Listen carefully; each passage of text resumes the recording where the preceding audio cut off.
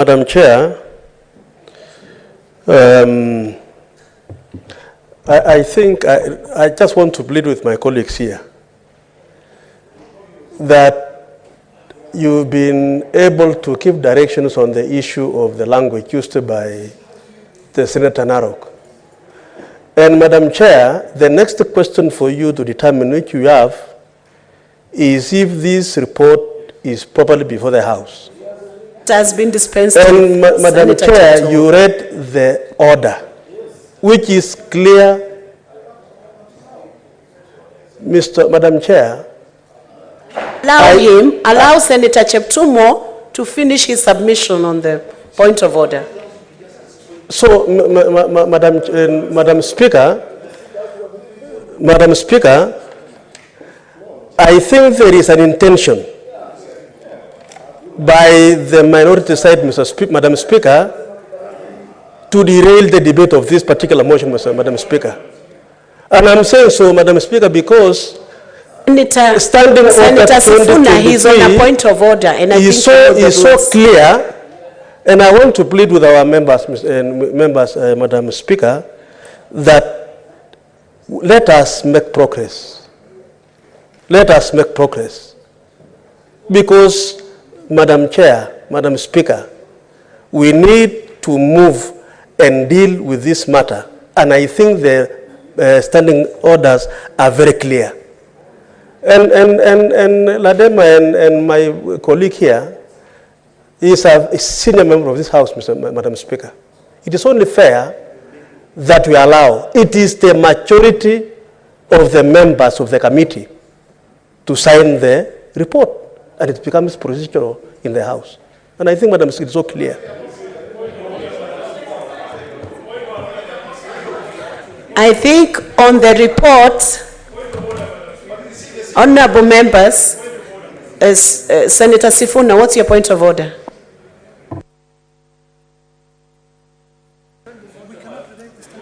Madam Speaker, my point of order is pursuant to that Standing Order 223 and what my learned senior Cheptumo has just said, Madam Speaker. I don't know why some of our colleagues are imputing some negative or, notions on the minority side, Mr. Speaker, Madam Speaker. We have demonstrated to this House that if indeed we did not want to take part in any business of the House, we know how to do that. But we are here, Madam Speaker, as the minority side, ready to contribute our thoughts to these particular matters that are on the order paper today. Madam Speaker, in my view, if the standing orders talk about a majority of members, it is a question of fact that is easy to establish from the document itself. If indeed you want to know whether majority of the members of a committee attended a certain meeting, it is such a straightforward thing, Madam Speaker, that we don't understand why we have to fight about it. Because every person knows the membership of this committee. It is not difficult to establish a majority. That majority should be apparent from the document itself. From the documents that we have seen, Madam Speaker, only 4 members of that committee have signed the document. How is 4 out of 9 a majority, Madam Speaker? So all we are saying, but I am on a point of order, Majority Leader. Please. Yeah, but I'm not finished. Let him finish the point of order. Madam Speaker, I can assure you on behalf of the minority side that nobody here is interested in playing any games. We are very, very interested in protecting the integrity of this House, including how business that comes to this floor is processed. We do not have a problem if the committee can go back and redo their report and sign with a majority, that we can all see that this is a majority. It's a question that is very easily ascertainable, Madam Speaker. What usually exasperates us as a minority side, and I don't mean to impute any negativity on the part of the chair, but Madam Chair, we don't understand, Madam Speaker, how it is so difficult. How can something we are looking at from this position be different from something that you as the chair are looking at from that position? We don't understand how it is possible, Madam Speaker. Senator, wind up your start. Yeah, so Madam Speaker, what we are saying is this.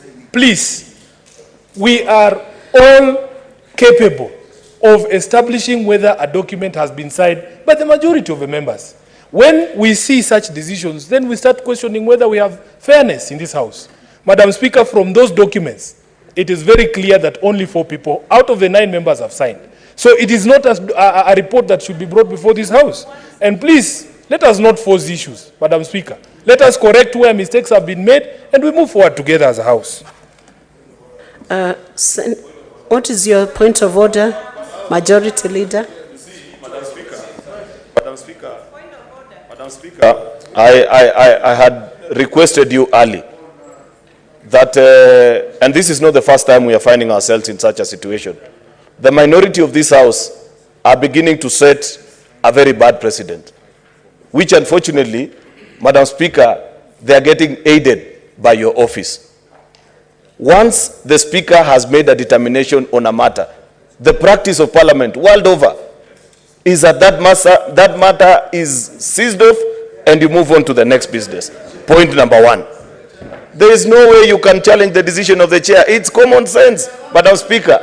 Number 2, Madam Speaker, even if you wanted to allow them a second bite at the cherry, I want Senator Ledama, Minority Leader, Senator Wambua, to read the plain reading of the standing order they are quoting, so that you understand the absurdity of the argument they are making. Madam Speaker, read standing order number 222. It speaks that the report of a select committee having been adopted, the debate they are having is adoption. That once the matter has been adopted, Madam Speaker, can I be heard? You allow minority side, Senator Mazayo, resume your seat. Allow Majority Leader to complete his submission. No. Point of order. Point of order. Madam Speaker, Madam Speaker, Madam Speaker. Can you allow Majority Leader? I am directing from the chair. Allow him to finish. Yes, Madam Speaker, a plain reading, standing order number 223, speaks to the signature of the chairperson or the vice chairperson or a member of a committee. Meaning, even if this report had been brought, Mr. Speaker, with only the signature of the chairperson alone, it will still have passed. That is a plain reading of standing order number 223 too. Madam Speaker. Resume your seat. He's on his feet. You know, Madam Speaker, now, what we shall not allow, Madam Speaker. Don't push the chair any further, Senator Wambua. Madam Speaker. Can Madam you Speaker, allow? We shall not be intimidated.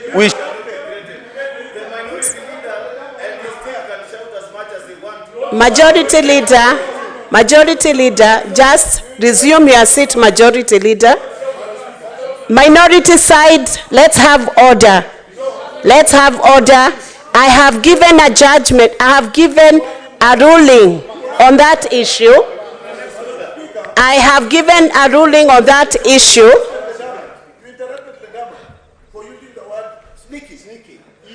You have, Senator Mazayo, this is the 3rd time I have asked you to resume your seat. I will now take action against you, Senator Mazayo. Resume your seat. Resume your seat, Senator Mazayo. Now, Senator Mazayo and the minority side and the majority side, I have rendered a ruling on this matter. We proceed on with the next order. Let's proceed on, Majority Leader, with the motion.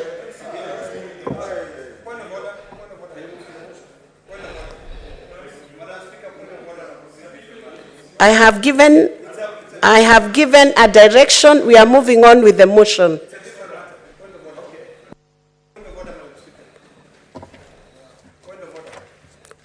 It will pend the order. It will pend the direction I have given, Senator Ledama. It will come after what I have given as the direction to proceed on with the House. Proceed, Majority Leader.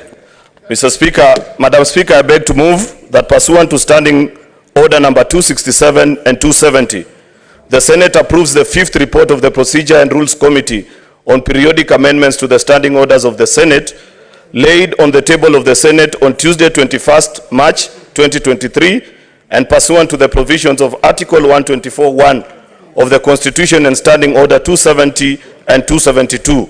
1. Resolved to amend its standing orders as contained in Appendix 2 of the report. And 2, orders that the amendments to the standing orders as contained in Appendix 2 to the report come into effect on the 11th of April 2023. Madam Speaker, this motion is after very good work that has been done by our Procedures and Rules Committee, chaired by the Speaker, the Deputy Speaker. They sat down and considered various amendments that had been proposed to the standing orders, including amendments that had been proposed by some members of the minority side, Madam Speaker. The committee deliberated on the matters that had been brought before it, listened to the wisdom of those who had proposed the amendments, Madam Speaker, and proceeded to make a conclusion. I am hereby, Madam Speaker, requesting the House that we do agree with the proposal that is being made by the Procedures and Rules Committee to allow the amendments as have been proposed. This is a beautiful amendment, Madam Speaker, because I know for a fact our colleagues in the National Assembly considered similar amendments, and as we speak today, have made it possible that beginning of next week, Cabinet Secretaries will be allowed into the plenary of the National Assembly to respond to topical issues and matters affecting citizens directly, as opposed, Madam Speaker, to the only available platform where members sometimes have got to wait. You make a statement, request a committee, the committee goes and deliberates on the matter. Sometimes you as a senator that has made that request on behalf of your constituents is not even allowed to appear before that particular committee. This is an additional mechanism, Madam Speaker, for senators to avail themselves in this House every Wednesday at 10 to 12 and invite cabinet secretaries who have questions to answer before this House, Madam Speaker, to sit at the designated place where it will be determined as per the rules of the Speaker and respond to questions and even subsidiary questions that are being raised by members of the Senate, Madam Speaker. I do not see how that, Madam Speaker, infringes on, Madam Speaker, the rights of members of this Senate who feel, for one reason or the other, that they do not want cabinet members to come to this House to respond. In fact, to the best of my knowledge, Madam Speaker, this is enhancing the practice of democracy. This is accountability at very high level, Madam Speaker. Madam Speaker, I'd wish to challenge my colleagues on the minority side who have a problem with this to perhaps consult with their colleagues on the minority side from the National Assembly who chose to agree with this report, such that if today we do not agree with what our Procedure and Rules Committee will be telling us. Can you imagine a situation, Madam Speaker, where you will find... Senator Sifuna, the point of order will come after he finishes moving the motion. Let him finish moving the motion. Thank you, Madam Speaker. Let him finish. You respond. I'll give you a chance. I don't know. I'll give you a chance. I don't know, Madam Speaker, why the minority side feels fidgety about this particular issue. How this House resolves matters, Madam Speaker, is how this House resolves matters is when you have a matter. You will have the opportunity to speak. They will choose otherwise. If they do not agree, I'm sure they will speak via their vote, Madam Speaker. Therefore, Madam Speaker, the second amendment, you remember that for 3 weeks, this House could not move because of squabbles and fights on the leadership in the minority side. We have now made, I will ignore the hecklers, Madam Speaker, and proceed with my speech. Because, Madam Speaker, for 3 good weeks, squabbles in the minority side. Majority leader. If you heckle, continue, use the parliamentary language. Minority side, let's have order once again. I will use parliamentary language on people who behave in a parliamentary way. If you heckle, I will refer to you as a heckler. That's what you are. That's what you are. Honorable senators. Madam Speaker, this is a point. 3 weeks ago, we could not make progress in this House because of squabbles in the leadership of the minority side. We have, Madam Speaker, I will ignore that there is somebody heckling in the House and continue. Madam Speaker, for 3 good weeks, we couldn't make progress. Part of what the Procedures and Rules Committee has recommended is that now, once your good office is furnished, with a letter either from the majority leader, majority whip, minority whip, on leadership on their side of any matter, within 3 days of sitting, you're supposed to make a communication. I do not understand why anybody will be so opposed to such good proposals, because we are reacting to the live matters, because we have seen the culture that is being set in this house, Madam Speaker, where when you do not agree with the decision of a speaker, you try and paralyze the business of the house by making the kind of either allegations, noise, and trying to interrupt other speakers as they make their contributions. Therefore, Madam Speaker, this is a very good proposal. I support it and wish to request members of the Senate, for those who believe in accountability and diligent oversight, Madam Speaker, to support this report so that we can make progress together. Madam Speaker, I beg to move and request Senator Hilary Sigei of Bomet, a member of this committee, to second. Thank you, Madam Speaker.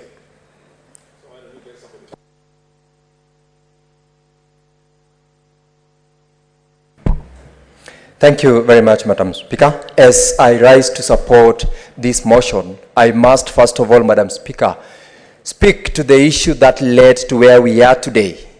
In the history of this House, Madam Speaker, I am aware that in the 12th Parliament, the standing orders of this House were amended not once, not twice, but more than that, Madam Speaker.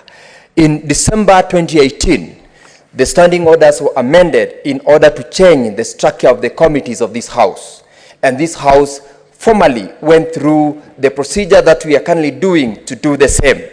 In July 2020, the amendment to the standing orders was also conducted, where virtual sittings was accommodated by the House in the course of the COVID-19 pandemic.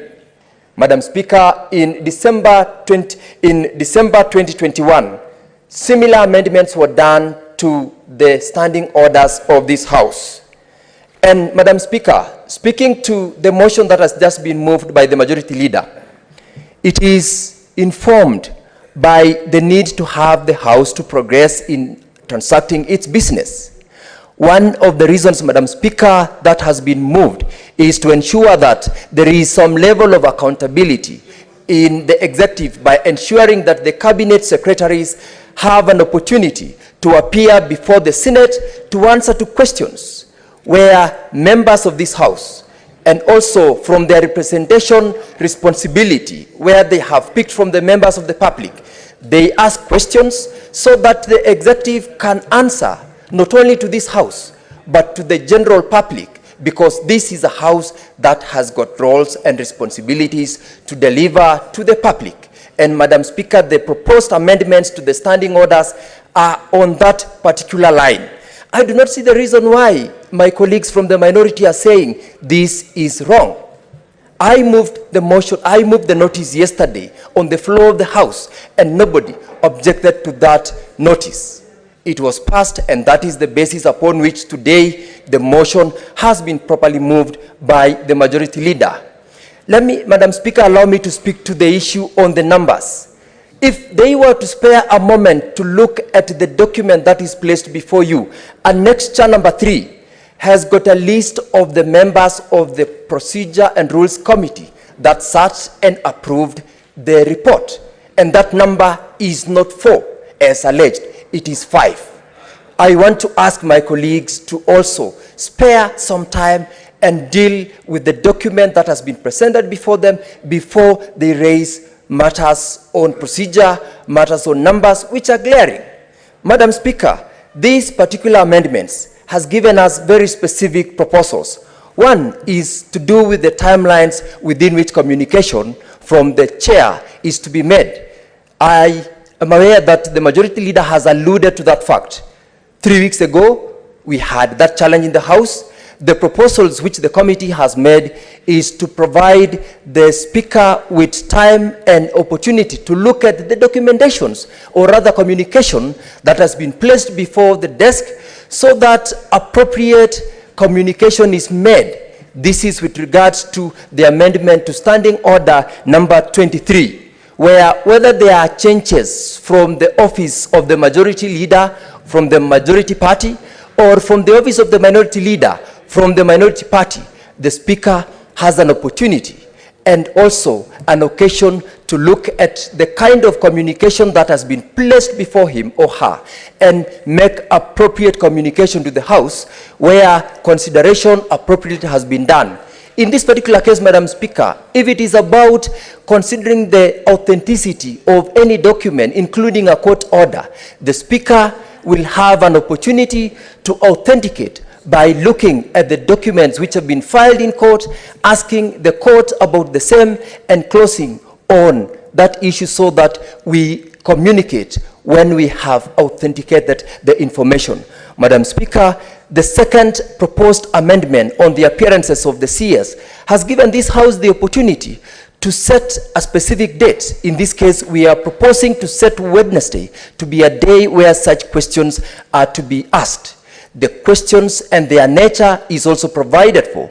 And I do not see the reason why somebody is opposing that thing, yet on the other space, they are asking for accountability on the part of those whom we have placed authority as the cabinet secretaries in terms of running the affairs of this country.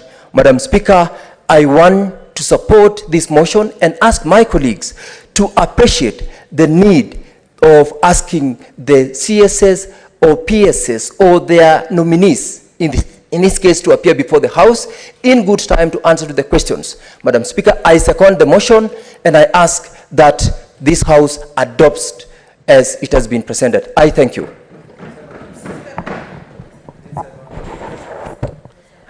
Honorable members, I now propose the question that pursuant to Standing Orders 267 and 270, the Senate approves the 5th report of the Procedures and Rules Committee on periodic amendments to the Standing Orders of the Senate laid on the table of the Senate on Tuesday, 21st March 2023, and pursuant to the provisions of Articles 124(1) of the Constitution and Standing Orders 270 and 272, 1. Resolves to amend its standing orders as contained in Appendix 2 to the report, and 2.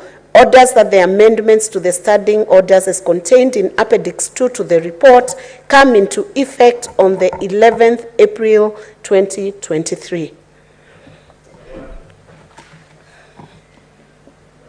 What's your point of order?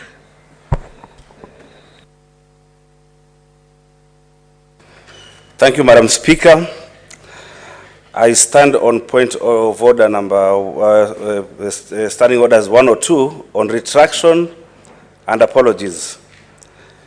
It reads that a senator who has used exceptional words or declines to explain or retract the words or to offer apologies for the use of words to the satisfaction of the Speaker shall be deemed to be disorderly. Madam Speaker, with all due respect, the majority leader referred to as honorable members to hecklers. Will I be in order for purpose of record that he withdraws that word heckler? Because I can imagine my son or my grandson reading the Hansard and seeing a majority leader referring to honorable members of the House as hecklers. How would he take it? So I would beg, Madam Speaker, you request the majority leader to retract that word heckler that was referred to as to honorable members. Senator Mwaruma, this issue is a spent issue. You should have raised it at the point at which majority leader was using that word. You should have referred to it. So we will proceed on. We will not debate on that issue. We are proceeding on. We are proceeding on because there is a clear attempt to derail the business of the House. So the motion has been moved and seconded. We are now, what is your point of order? And not on that issue. I have ruled on it.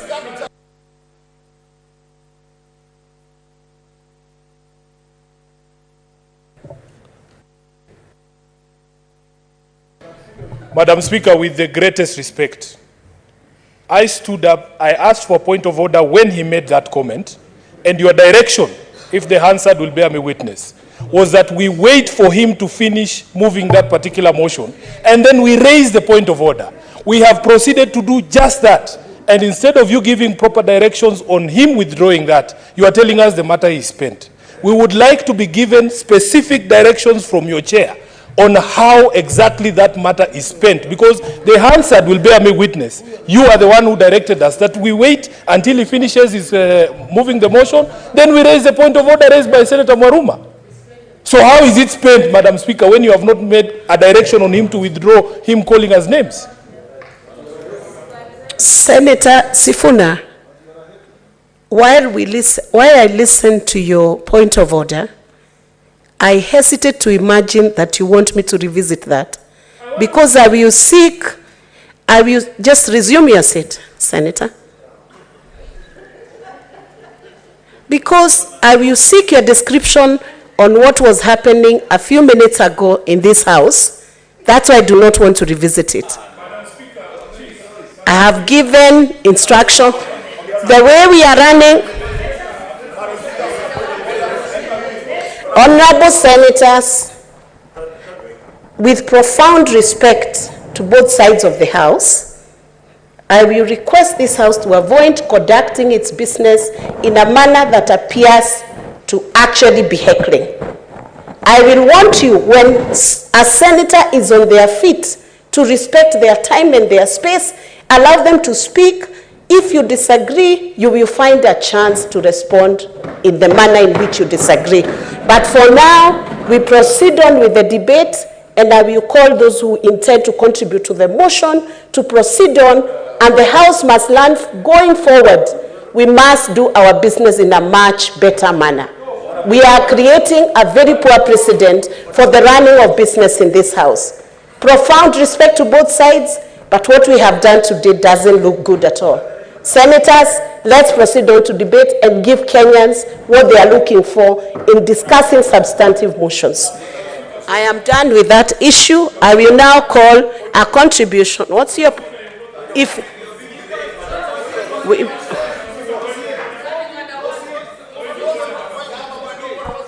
Honorable Senators, once again, I have closed that issue as the chair. We proceed to debate the motion. I will have Senator Cheptumo. Not on that issue. Thank you, Madam Speaker. Thank you, Madam Speaker. Mr. Speaker, Madam Speaker, I rise to support the motion. And Madam Speaker, as I support the motion, Madam Speaker, in this very chamber, in the 10th Parliament, Madam Speaker, I was serving as the Member of Parliament, Baringo North. That was, Madam Speaker, before the 2010 Constitution. And in this very chamber, Madam Speaker, we had occasions to raise questions before ministers that time. Madam Speaker, what this motion is trying to do, and the amendments that has been proposed by the committee, is to allow these elected and nominated senators serving the interest of the people of Kenya to face the men and women, Madam Speaker, who have been given the chance by the government to deal with their matters so that they are able to ask questions on matters affecting in their constituencies and their counties, Madam Speaker. Madam Speaker, therefore I stand here as a person who has been able to witness the situation as it is now and the situation as it is before the 12th Parliament, and the 11th Parliament. Madam Speaker, when we have a CS appearing before this House so that he is able or is able to answer questions. This House, Madam Speaker, will have a direct conversation with the people that the government has given a chance to serve them. Madam Speaker, I chair the Defense and Security Committee. Madam Speaker, we have a problem in this country today. Issues raised by these members cannot be adequately answered by statements answered by the ministers, Madam Speaker. Not even a moment to seek supplementary questions in those issues. In my committee, Madam Speaker, I have now about 4 statements which the members of this House are unable to understand even the answer. Madam Speaker, this is the moment, and I want to thank the President of the Republic of Kenya, William Samoei Ruto, because, Madam Speaker, he has confirmed to the nation that he wants a government that is accountable to the people of Kenya through the elected leaders. And Madam, this is the only moment that these members can indeed be able to raise issues directly with the government.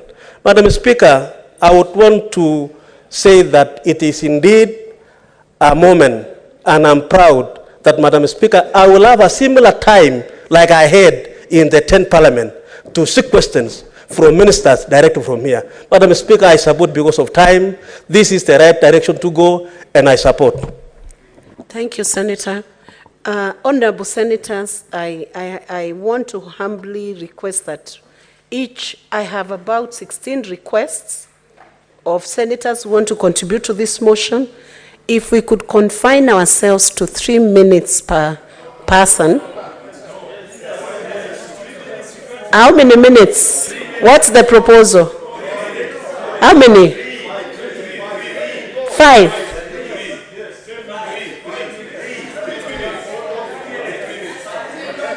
We have 3 minutes, 10 minutes. Okay, let's do 5 minutes. Let's do 5 minutes. So, Senator Olekina Ledama. Madam Speaker, I rise to oppose this motion, and I oppose it purely on constitutional and legal standings. Madam Speaker, we all know that the Constitution is superior than any other piece of legislation. Madam Speaker, whether or not this motion gets the nod from this House, I want to go on record as having opposed this motion.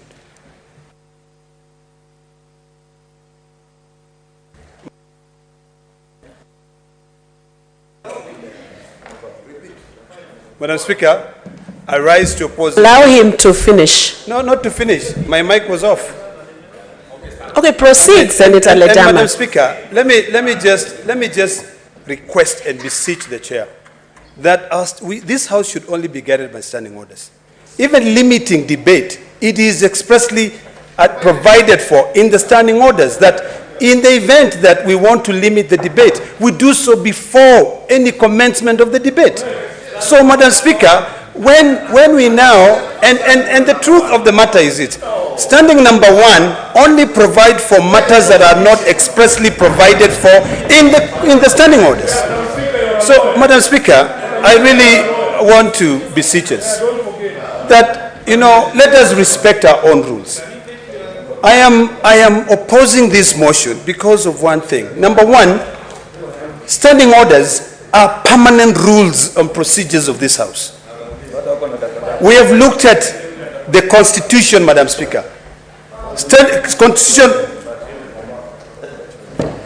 Article number 153, Madam Speaker, is very clear on this matter.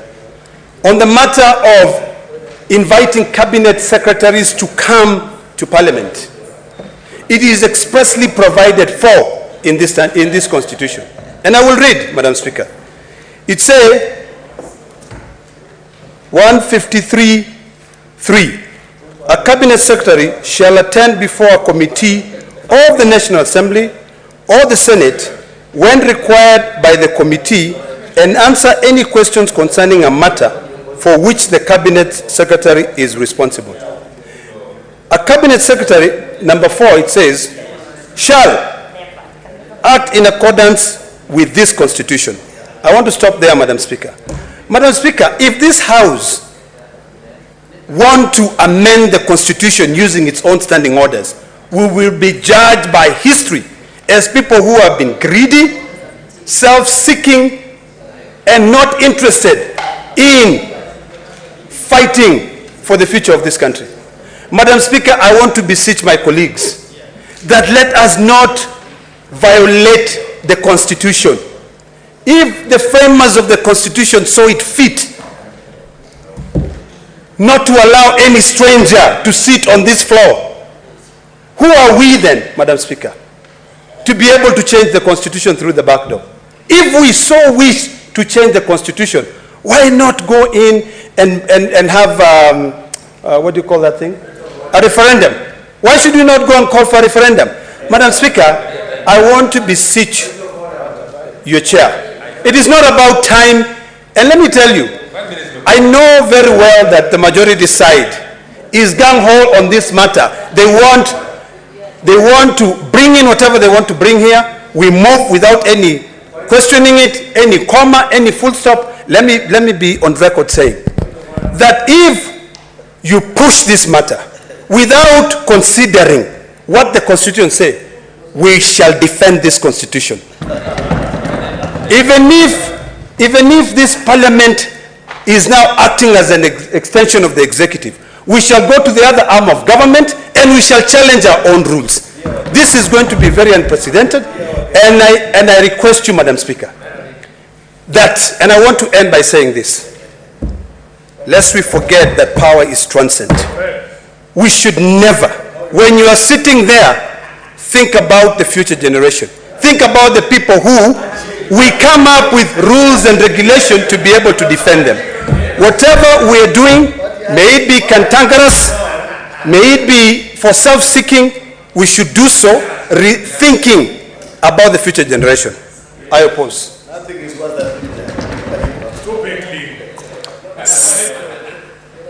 Senator Madago, is it there?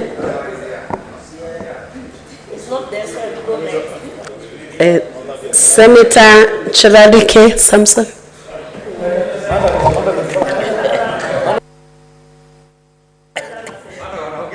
Thank you, Mr. Speaker. Yes, Senator Madago. Mr. Speaker, I rise to support this motion on the amendment of standing orders. Mr. Speaker, as provided for by the Constitution, the President did indicate that he wants to work with Parliament. The former President used to see Parliament as enemies, as adversaries, as a nuisance and irritant.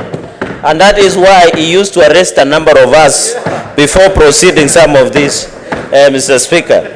Mr. Speaker, when you look under Article 153, a cabinet shall attend before a committee. But when you look at, you know, the people should read this Constitution.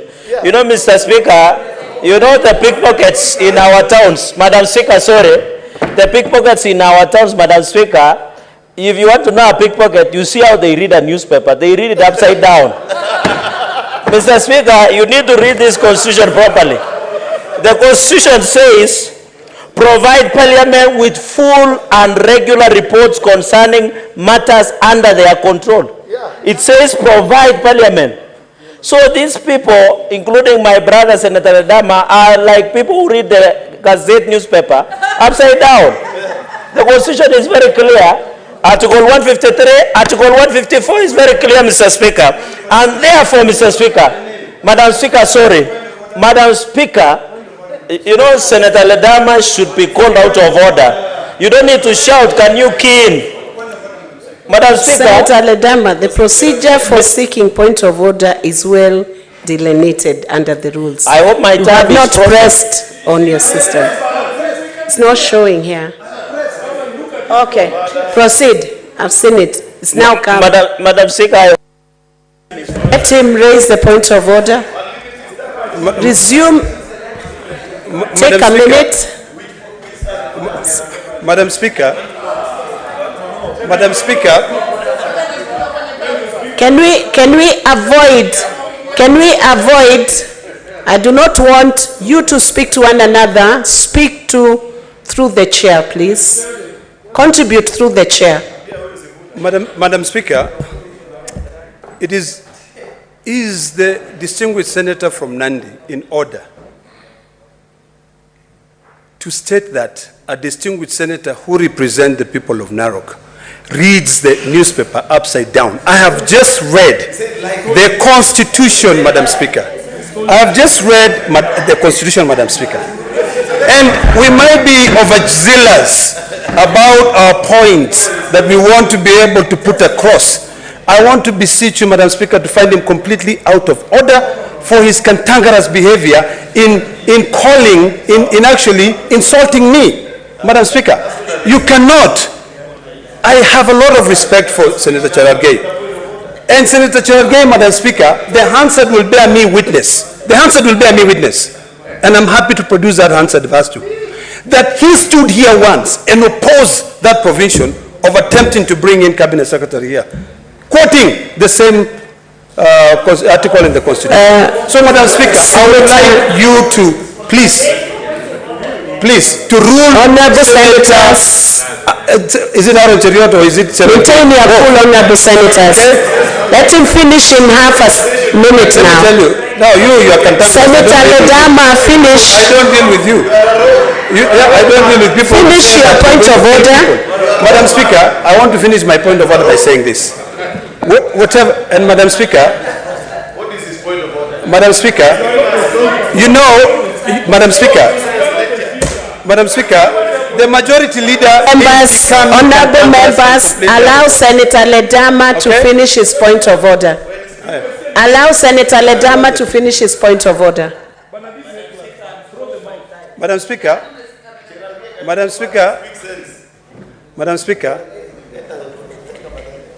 it is really, really disturbing to see the majority leader completely acting like a heckler. It is really wrong. You are the majority leader. This house belongs to you. You should be leading with example. We have guests in this house who are listening, who are watching, and they are learning, and they are seeing the kind of behavior and the way you are behaving. Senator Ledama, if you allow me to finish, and if you protect me.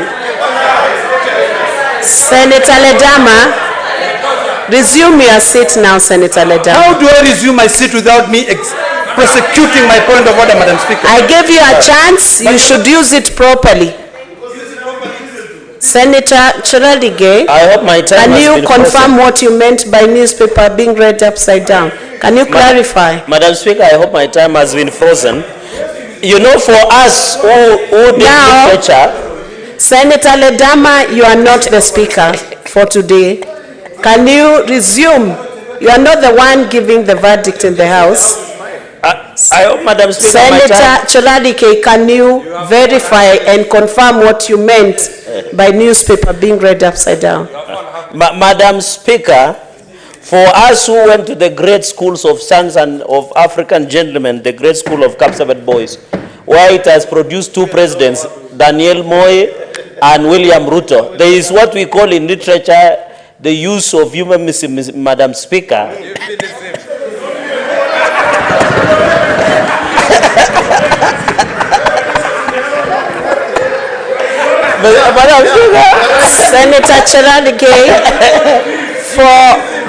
Senator Chiradige, for the benefit of the members who cannot understand that heavy language, can you repeat yourself?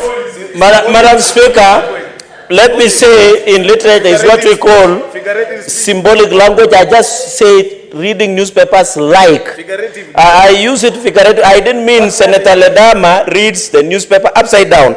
Can I proceed to prosecute my three issues? The explanation is acceptable. Proceed. Yes. Madam Speaker, and therefore, Madam Speaker, it is under Article 153 and Article 154, Madam Speaker, you know the minority side have a habit of walking out. So there is no problem. And I sympathize and empathize with minority side. If the leadership of the whips are people who are heckling, it is very unfortunate. Madam Speaker, the standing order number 34, Madam Speaker, it talks about 9:30 to 1 p.m. Madam Speaker. It is very unfortunate that a number of my colleagues who are chairs, Madam Speaker, when you pose a question, they have to go literally looking for a cabinet secretary. This is an opportunity to put the cabinet secretary on the dock and ask him about Nairobi Expressway. Let's have CS for transport to come here. Ask him about drought. The CS of East Africa community, Madam Speaker. Let us have cabinet secretaries appearing before us so that we can help them by, not by the balls, Madam Speaker, but Madam Speaker, so that we can help the cabinet secretaries by accountability.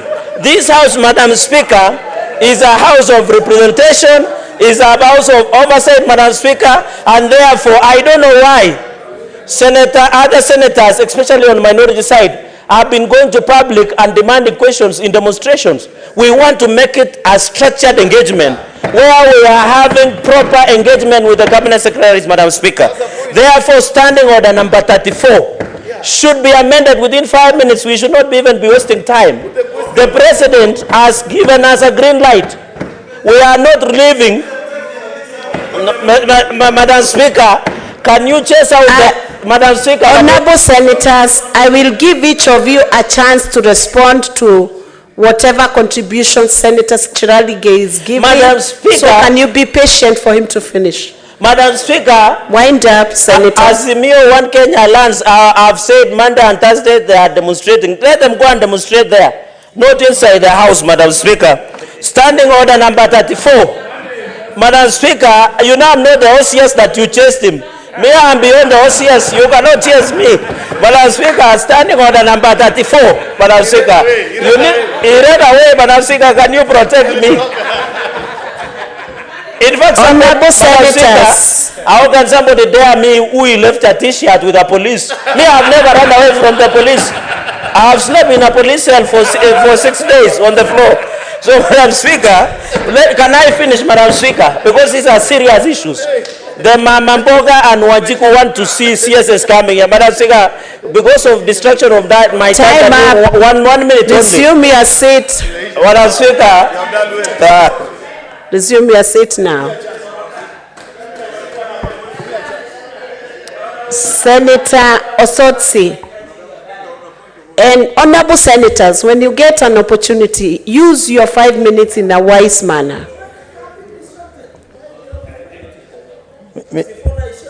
Madam Speaker, from the onset, I oppose this motion. And I want to oppose this motion on constitutionality. Madam Speaker, I require your protection. Honorable senators on the majority side, can you allow Senator Ototsi to contribute? Yeah. Please. Madam Speaker, earlier on, there was an issue that was raised through a point of order on the adoption of the report. And you said you are going to retire and give a ruling on the same. Madam Speaker, one of the members who signed the report is the Speaker of the Senate. When you retire to make your ruling, we would like you to also make a ruling on whether the Speaker has a vote in the committee. Because, Madam Speaker, I take you to Article 122 of the Constitution of Kenya, particularly on 122.4, that says, in recording the numbers of a House of Parliament for any purposes of voting in that House, the Speaker of that House shall not be counted as a member. Madam Speaker, the Speaker has adopted the report, meaning he has voted for the report. So we only have 3 members who adopted the report. when you talk about majority of the members passing a report, Madam Speaker, do you wish to be informed? There is a point of information. I don't want to be informed. Honorable Ototsi, I don't want to you are being informed. I do not want to be informed. I do not want to. Is it a point of order or point of information? Resume your seat. Madam Speaker. Resume your seat.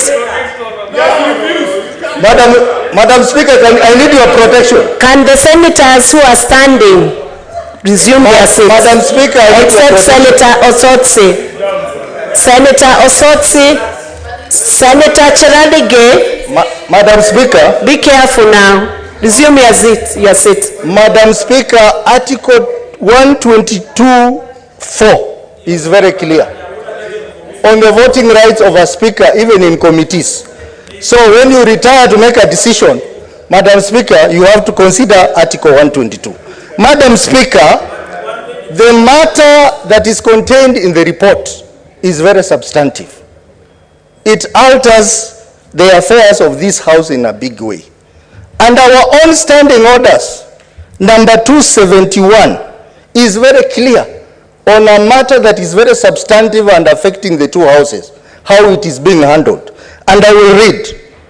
Whenever the Speaker of a House of Parliament is of the opinion that the amendment to the standing orders of one house is likely to substantially alter the orderly conduct of the business or affairs between the houses of Parliament, the Speaker shall, jointly with the Speaker of the other house, cause the respective committee dealing with the matters related to the standing order to jointly consider the amendment and propose a version of amendment that is agreeable to both houses and report to the House.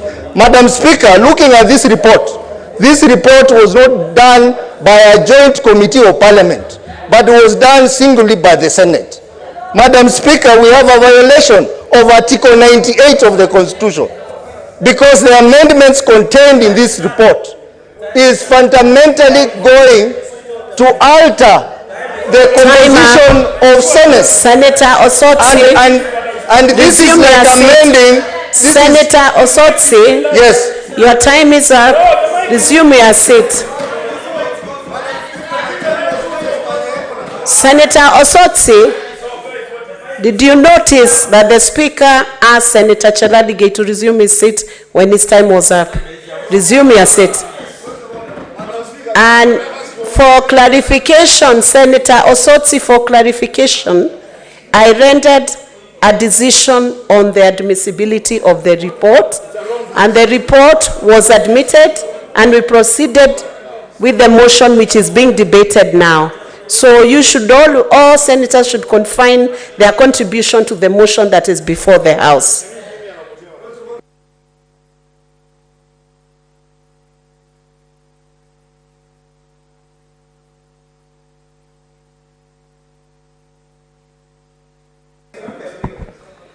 Senator Oroba.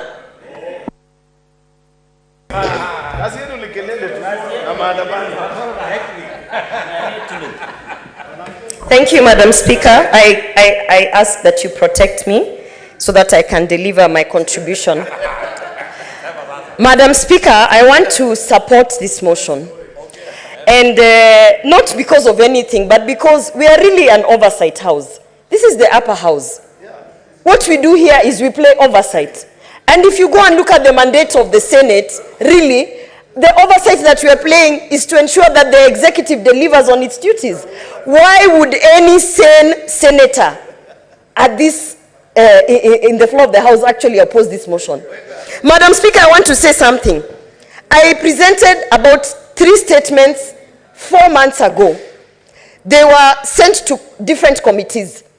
In those committees, as they try to deal with those statements, part of it is summoning cabinet secretaries. it is becoming very difficult for cabinet secretaries to appear in different committees, because today they are being summoned by one committee, the next day they have to go to another committee. So, Madam Speaker, even for purposes of logistics, when we have plenary session on Wednesday, and we have, for instance, a cabinet secretary of a different department coming to answer to all matters, Madam Speaker, I don't see why our senators from opposition will just oppose anything for the sake of playing opposition. This is actually a motion that is going to help us, to aid us in terms of playing oversight. So I do not see the issue. Madam Speaker, let me speak on two things in my I think now I'm on 4 minutes. We had the issue of the sex for work in Kericho. As a committee, we were sent to Kericho to go and carry out investigations, talk to stakeholders. The processes that we have currently, by the time we are actually now going to summon the cabinet secretary, they are tedious. So I see this as an opportunity to actually be able to deliver many matters in terms of oversight. By now, I would have actually summoned the minister, the cabinet secretary of labor. We asked them what they have done in terms of that issue of Kericho. Senator Chimera, do you have a point of order? What's your point of order? Resume your seat, Senator Glory. Thank you, Madam Speaker. I rise under Standing Order 109. Madam Speaker, allow me to read the standing order within which I rise on. It says verbatim, after the question on a motion, the mover of which has a right of reply has been proposed, a senator rising in his or her own place may claim to move that the mover be now called upon to reply, and unless the speaker is of the opinion that such motion is an abuse of the proceedings of the... Madam Speaker, I'm on a point of order. Please protect me. I'm on a point of order, Madam Speaker. Please protect me, Madam Speaker. I'm on a point of order. I'm on a point of order. I will render a judgment on it. Please. The speaker is in charge. Let me hear the point of order. I will respond to it. Resume your seat, Senator Kajwang. Resume your seat, Senator Kajwang. I'm on a point of order, Senator Sifuna. I'm on a point of order. Senator Kajwang, resume your seat. Madam Speaker, finish. Madam Speaker, having read the said standing order number 109, Madam Speaker, I humbly wish to move that the mover of this motion be called to reply, Madam Speaker. Senator Chimera, resume your seat. I want to make a decision. This is a motion which of serious national importance, and we shall allow the same to be debated. We have a number of senators showing interest in the motion, so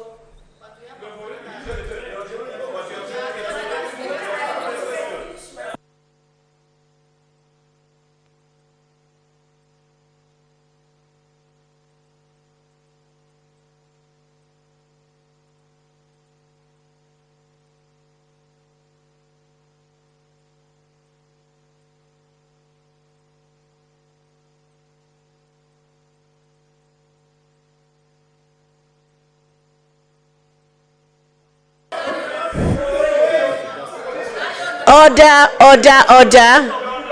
Resume your seat, Senator Chimera. Resume your seat. Resume your seat, Senator Chimera. Senator Cheradike, resume your seat. Resume your seat. Senator. To order, Senator. Thank you, Madam Speaker. You know, Madam Speaker, Honorable Senator Chimera is quite in order. You know, any decision is made by this House. If Senator Chimera has put that standing order, what we should do... Can we stop the shouting? Madam Speaker, is just to get a seconder. It's just to get a seconder and to put the matter to vote. Whether we agree for the mover to reply. That is the procedure, Madam Speaker. With a lot of humility. I have been in Parliament for 11 years, and that is the procedure all the time. Yes. But agree with me, Senator Kajwang, that Senator Chimera is quite in order. Resume your seat, Senator. Senator, resume your seat. Just resume your seat. Resume your seat. Resume your seat. I am going to give a direction on how we proceed. Resume your seat. And I know that I have given direction. So can you resume your seat? Senators, let's have order now. This is a house of rules and procedures. I have given a direction on this debate. We will resume this debate tomorrow. Right now,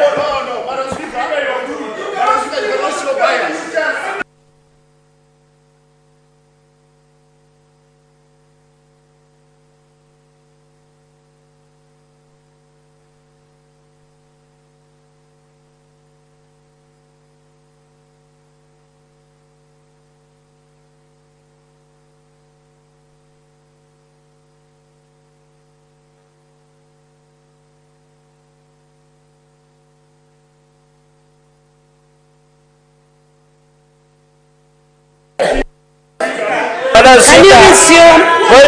Resume your seat. Resume your seat. Senator Chaladige, resume your seat. Resume your seat. Resume your seat. Madam Speaker, point of order. Resume your seat. Senator Chaladige, resume your seat, please.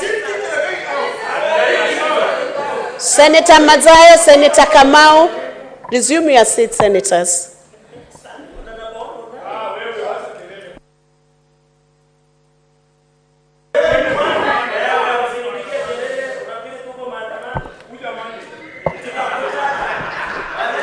Honorable senators.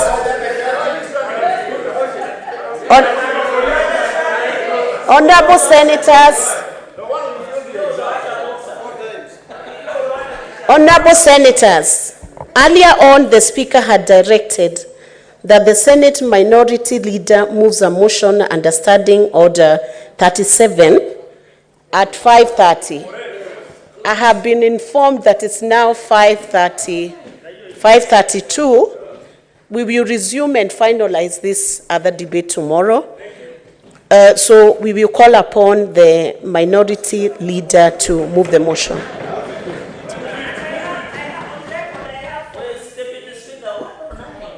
Yes, you have, Senator Oruoba, you have 4 minutes tomorrow.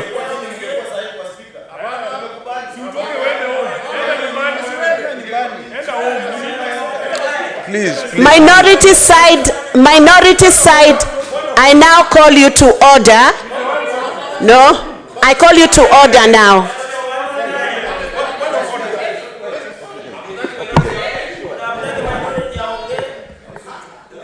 Honorable senators, today something is evidently not correct.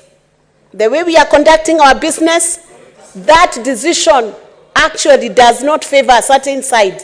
It's a neutral decision of the Speaker.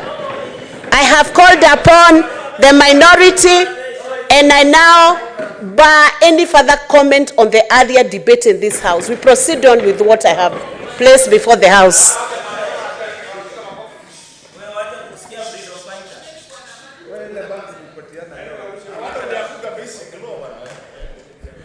Mr. Speaker, jambo la kwanza nataka nikushukuru kwa kunipa nafasi hii. Tafadhali ndugu yangu, kama niko hapa naongea, tuheshimiane kidogo. Senator Sifuna, stop making noise in the House. Wait, Riot, please, bwana. Please.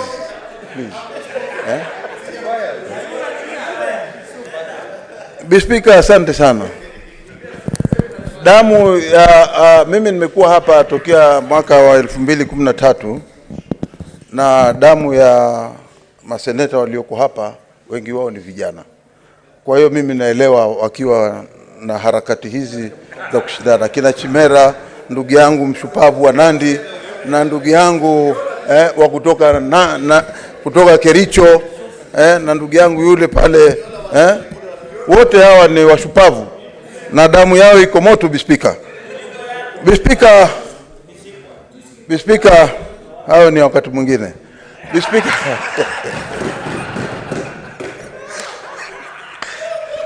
Speaker, cha kwanza naomba uniruhusu niweze kuweka mjadala huu ya kwanza katika bunge la Seneti. Senator Mazayo, let me hear the point of order by Senator Chute. He's not moving. I have not given him a right to move a motion before this House. Madam, he's on a point of order. Asante. Settle down.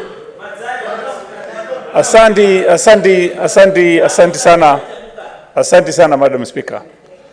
Ningependa kuomba Madam Speaker, hii nyumba imerudi kama nyumba ya watoto wadogo wanapiga kelele. Na Madam Speaker, pande zote mbili ni kama hawakuheshimu. Kama Cherargei pande hii na huko Senator ya Nairobi, tafadhali sana. Tupa hii watu, unaona hata sasa anaongea, tupa hii watu nje, wajue wewe hiyo kitu unakalia vizuri. Kama utafanya hivyo, hawa watu watakusumbua mpaka kesho. Thank you, Senator Chute. Asante sana. Tupa. Honorable Senators, you have had the invitation to the chair. Restrain yourselves, otherwise I might be very tempted to go that direction. Sijui kama hiyo ndio mruhusu Chute aseme ni hoja ya nidhamu, lakini Speaker, wacha niendelee. Lakini ni maono mazuri kwa sababu vijana kama ndugu yangu Cherio tawezi kupata. Speaker, ungeniruhusu kuweza kuweka huu mjadala mbele ya hapa bunge la Senate hivi sasa, ili tuweze kuahirisha kikao hichi na tuweze kujadiliana mjadala huu ambao unahusikana na ni wa kitaifa, na hususan unahusikana na ukatili wa polisi kwa kufungia waheshimiwa, kufungia wananchi katika vituo vya polisi kote nchini pamoja na viongozi wao. Speaker, ngoja nakuja. Usifanye haraka. Mos. Speaker, chama hichi cha muungano wa Azimio la Umoja uliweza kupeana taarifa kwa mkuu wa polisi wa kituo cha Nairobi ikiarifu kuhusu maandamano ya amani yaliokuwa yafanyike katika wilaya ya jiji la Nairobi tarehe 20 ambayo yalifanyika tarehe 20 mwezi wa 3 mwaka huu. Walitumia haki yao ya kikatiba, kipengele cha katiba cha 37 kuandamana kwa amani bila kubeba silaha zozote. Speaker, siku ya maandamano ilikuwa siku ya amani sana. Na nikiwa ninakumbuka mimi mwenyewe nikiwa mmoja wa wale watu, tuliweza kutoka hapa kama waheshimiwa na tukaenda kwa njia ya kwamba tunaenda tukisema ya kwamba ni haki yetu kulingana na kipengele cha 37 ya kwamba tunaweza kuandamana. Speaker, jambo la kushangaza, na mimi naomba isije ikatokea upande wowote, kwa sababu leo umeamka, usiku wa leo uko upande huu, kesho utaamka uko upande huu. Hiyo ndio hali ya maisha na hiyo ndio hali ya vile watu wanaishi. Kwa hiyo Speaker, mimi cha kushangaza ni kwamba sisi pia tulikuwa tunaweza kudai haki zetu. Speaker, cha kustaajabisha ni kwamba askari waliweza kupiga tear gas bila ilani yoyote ama bila kukasirishwa. Tafadhali ndugu yangu Cherargei, jambo hili ninalosema mimi linahusikana na kitu cha kitaifa kilichotendeka kwa upande wa upinzani. Kama hakina maana, tafadhali mwache Speaker anisikize na wananchi wote katika Kenya saizi wanasikiza. Kwa heshima. Kwa heshima. Kwa heshima tafadhali. Speaker, tuko na kijana aliyeuawa Kisumu. Tuko na kijana ambaye alikuwa anasoma akiwa chuo kikuu cha Maseno. Wao wawili waliweza kupigwa risasi na kufa. Si kupigwa risasi ama kuwa wagonjwa ama kupigwa risasi kuumia tu. Waliweza kupigwa risasi na polisi. Na kawaida katika kitengo hichi cha 37 cha katiba. Sasa hivi nimesema ya kwamba Cherargei aondoke. Speaker, kumekuja mwingine tena anakuongelesha na hunisikizi. Speaker, mimi nasema ya kwamba kitendo hicho cha kupiga risasi ni kinyume cha sheria. Askari hawaruhusiwi kupiga watu risasi. Askari hawaruhusiwi hata hiyo tear gas unarusha wakati kuna fujo. Lakini haya yalikuwa maandamano ambayo yalikuwa yanafanywa katika nchi nzima kulinganishana na ile barua pepe tuliopeleka kwa mkuu hapa Nairobi ili watu waweze kufanya maandamano ya amani. Lakini kitu cha kwanza ni kwamba polisi wenyewe walikuwa wa kwanza kutupa tear gas. Na mimi nikiwa hapo na tukawafuata na tukawaambia, hata wakaomba msamaha kwamba okay, alimwambia yule polisi usiweze kutupa tear gas kwa watu ambao hawana silaha wala hawapigi kelele wala hawafanyi fujo. Na tukaingia. Speaker, cha ajabu ni kwamba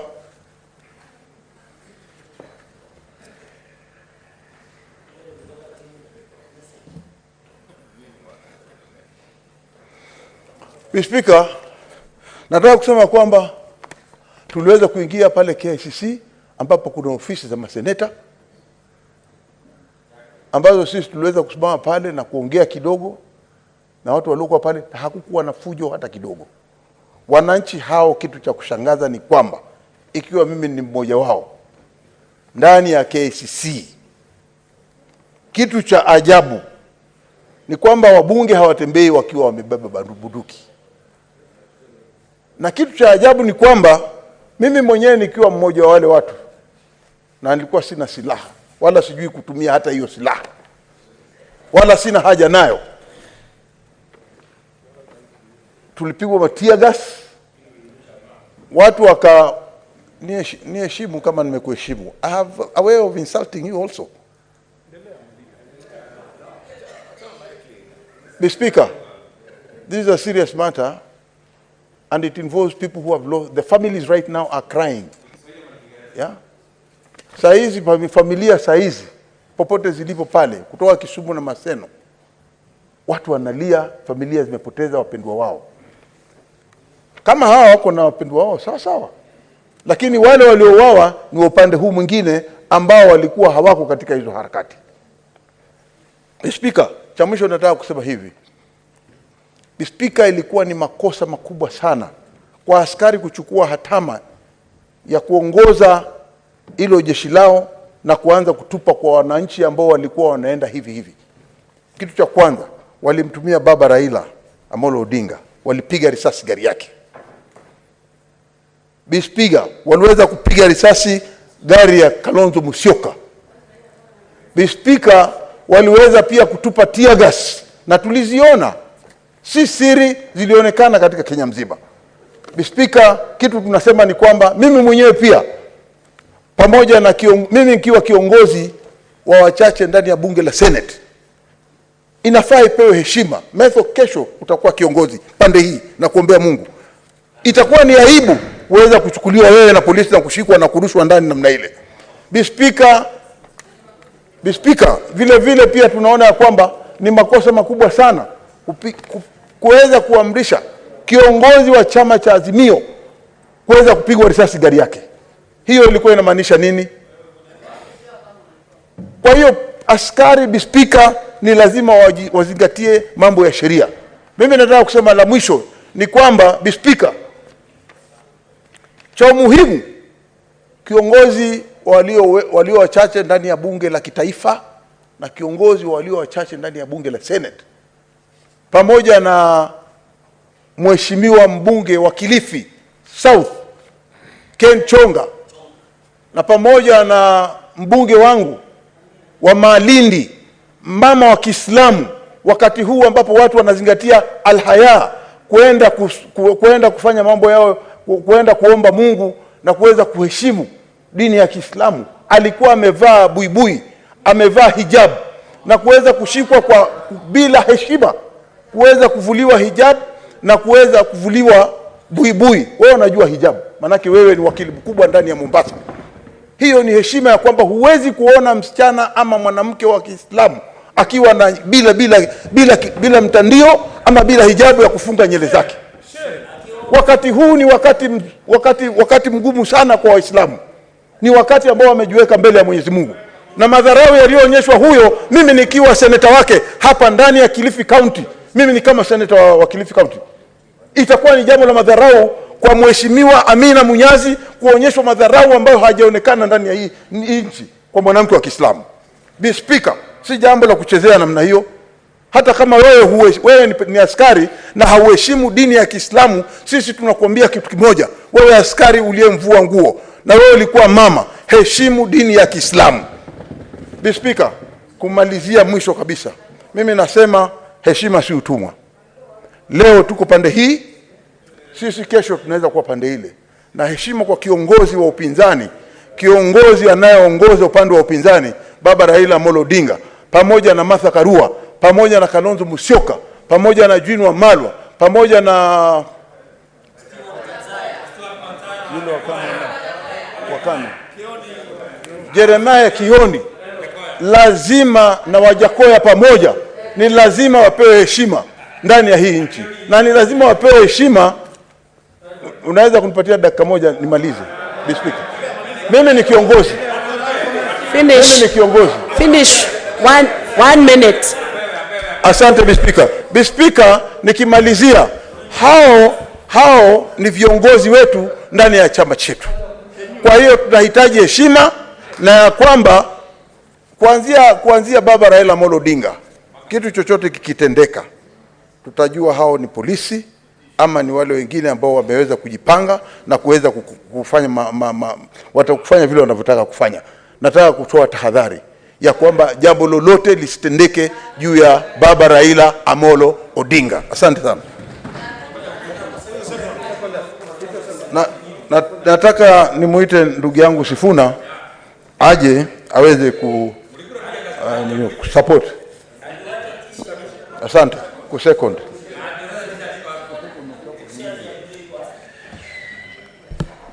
Thank you, Madam Speaker. Madam Speaker, we on the minority side have come to accept that in this House we are going to have to contend for the next 4 years with the prevalence of acute short man syndrome on the majority side, because there are two senators who are now Senator becoming... Sifuna, you come to second the motion? Yes, I stand to second the motion. And you but keep I must to the begin... content of the seconding. Yes, allow me to lay a background. Don't describe characters. No, I have not described anyone. Physical characters. Madam Chair, what I want to request you, please don't engage in our brawls. Please, just sit and be a neutral referee. I have not named anyone. I have just said that we have come to accept that in this House we will have to be content with very serious acute short man syndrome by some people on the majority side. This is why every time we stand here, we are hardly ever given an opportunity to express our opinions in the manner in which we are supposed to. We have raised this objection and we shall not tire to put it on the record that in fact our interest here is to debate things soberly. But if the environment does not allow for us to debate soberly, we will act the way these short men want us to act. We will be short like them. Madam Speaker, you are not a short man. Why are you heckling? Stop heckling. Madam What's your Speaker, point of order, Senator Madego? Resume your seat, Senator pause my time. Hakuna. I'm not done. Madam Speaker, Madam Speaker, you have given guidance to this House on the debate. Is it in order for the Senator for Nairobi to keep referring that there is shortman syndrome in the majority side? Madam Speaker, it is not in order. He should utilize the time to debate. And Madam Speaker, we are very patient, but we don't take kindly when honorable senators seem to be threatening the chair all the time. Madam Speaker, can this House debate? Senator Sifuna, you have been given time to prosecute. I am addressing the chair. The senator for Nairobi should simply support the motion and sit down instead of calling us shortman syndrome.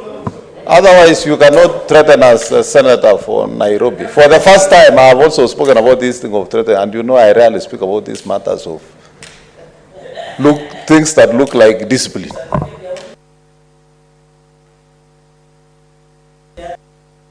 Senator, I hope you will take the wisdom of that objection from Senator Madego. Madam Speaker, I am not obliged to be lectured to listen to anyone. We have children. If you feel the need to lecture anyone, go home and lecture your children. I was not elected here to be lectured by anyone. Madam Speaker, let me proceed to second the motion. That is a fact. Madam Speaker, under Article 37, and I'm very happy this afternoon the person on the seat is a lawyer. Madam Speaker, because I will be speaking to you, I am happy to be speaking to a colleague in the profession, that under Article 37, we are all allowed to peacefully and unarmed participate in demonstrations, to picket, and to present petitions to public, Madam Speaker. Madam Speaker, we have the right to present petitions to public authorities. We in the opposition, because we are the primary exercisers of these rights, have gone a step further to go have this matter litigated so that the bounds of these particular rights can actually be delineated. We have prosecuted this matter before the High Court, Madam Speaker, and the High Court has very clearly spelled out, under the exercise of these rights, the responsibilities of the conveners of the maandamano and the responsibility of the police, Madam Speaker. Having complied with the requirements under the law, in fact, the law as it is right now under the Public Order Act, all that is required is a notification to the police that you will be holding these peaceful processions. Madam Speaker, indeed, the coalition called Azimio la Umoja did notify the Nairobi County Commander via writing, a written letter, that we would be undertaking this maandamano. It was also shocking to us, therefore, Madam Speaker, to hear the police in Nairobi declaring that the planned procession by Azimio was unlawful. And we, because we understand that under the protection of the Constitution, we do not need anybody's permission, we said we would proceed anyway. And that is exactly what we did, Madam Speaker. I was in the company of my colleagues here when we set out from these premises to KICC, which, by the way, Madam Speaker, is an extension of Parliament, because that's where our offices are as senators in this republic. We were surprised to meet the OCS of the KICC, and without any reason, excuse, he just decided to tear gas members of Parliament. And you could see, Madam Speaker, me following him to ask him, what is it that we have committed so grave that you want to tear gas us? Madam Speaker, we have decided that there will be individual responsibility on police officers. Not every police officer on that day misbehaved. And we have said kudos to all the police officers who observed Article 37. But there are few elements who still don't understand the breadth of this particular right, Madam Speaker. We have identified the OCS for KICC and a DCI officer, Madam Speaker, who was targeting members, including myself, with live rounds on Wabera Street, Madam Speaker. I want to tell the people who laugh and joke about these matters, luckily, because all of you are my colleagues, in the event that I meet my demise in the streets, my family has assured that they will set aside a tent for honorable senators. You might laugh and joke about these things, but you are the ones who will still come to bury me, and I'm sure you will do it gladly. Madam Speaker, I wish I had time to print out an image of a child called Master Lewis Musera, who was hit on the head in Makadara by a tear gas canister. These things people laugh and say, oh, it's just a tear gas canister. That projectile, Madam Speaker, if it is fired directly at you, from the distance at which I'm speaking to you, Madam Speaker, be assured there will be a funeral in your home area. I can assure you. So what are we doing as the leaders of the Azimio? Madam Speaker, we have seen, even in the past, there have been people who have confessed to infiltrating this opposition maandamano and committing nefarious crimes, including people who bring old cars and burn them and say, oh, these are members of ODM. But we are going to be ever vigilant. In fact, Madam Speaker, we have said, we will not tolerate anybody calling themselves a police officer in civilian on Monday and on Thursday next week. Because that is how thugs are coming in within us, then they are harming people. Madam Speaker, what we want to do is to make sure that we exercise our rights. Senator Sifuna, your time is up. My mic is still on. So,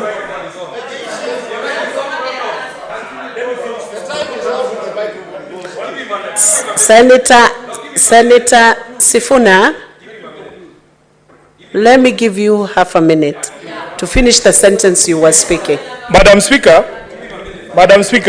we have had some very dangerous pronouncements from some of the colleagues in the political circles, talking about final solutions to certain people who they consider to be problems. I am a student of history, Madam Speaker, as you are as well. You remember the question of a final solution of the Jews in Europe. We shouldn't be using such language. By the time you are resorting to violence, it means you have lost the argument. Engage us in robust debate the way we are doing here. If you are unable to engage us, please remove the police so that we can deal with you straight, mondo ko mondo. Thank you, Madam Speaker. Seconded the motion. With all my body parts, I second the motion. Honorable Senators, I propose the question that the Senate do now adjourn to debate this motion.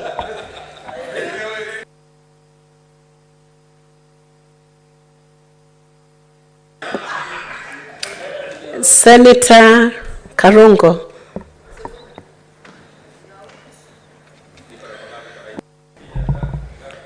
Thank you very much, Madam Speaker. Madam Speaker, as I rise to comment on the motion, you know, I rarely shout or heckle, but I want to interest you to the term Stockholm Syndrome. That is where one falls in love with their tormentors, Madam Speaker. I'm saying that because I've been raising on a point of order, Madam Speaker. With my cool, I have not been seen by yourself, Madam Speaker, and I'm not insinuating anything, but when the people from the minority raise a point of order, even on a small thing that does not require, they're given an opportunity. Kindly check on that. Madam Speaker, I'm just giving out the information because it's going to happen as we watch. Just see. Madam Speaker, I rise here to say one thing. The side of the minority, whatever happens, first of all, I do not support police brutality. I do not support when the people are beaten up, are injured, or are shot by the police, Madam Speaker. But I want you to remember the side of the minority. They are on record saying, ndio baba awe, lazima watu kadhaa wafe. Madam Speaker.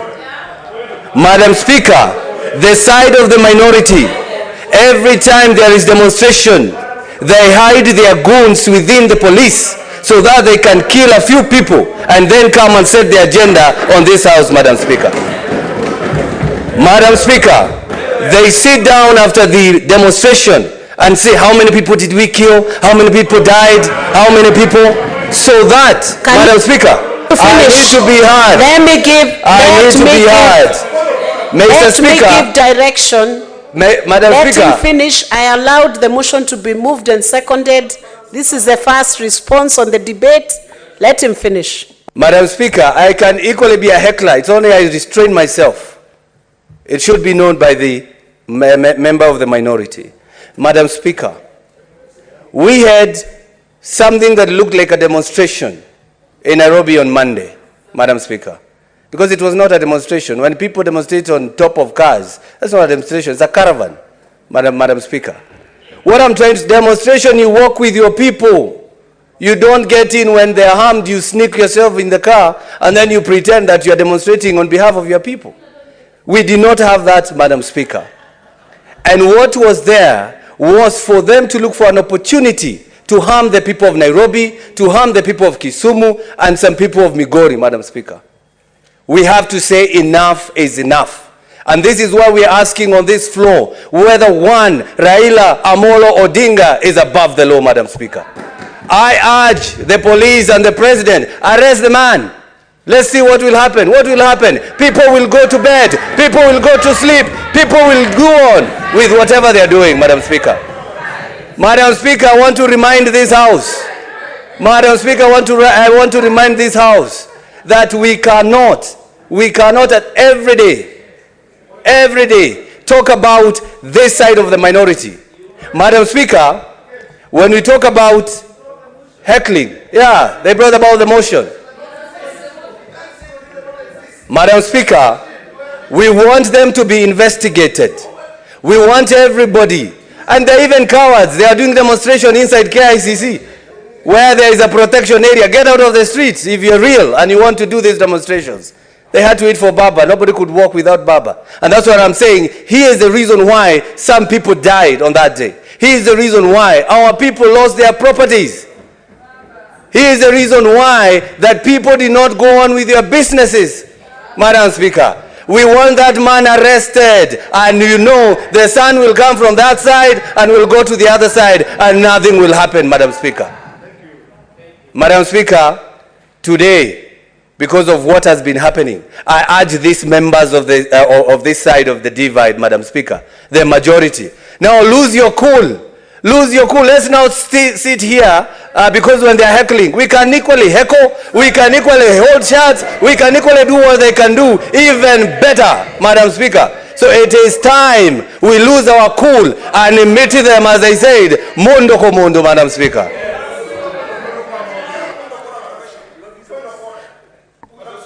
Honorable Senators,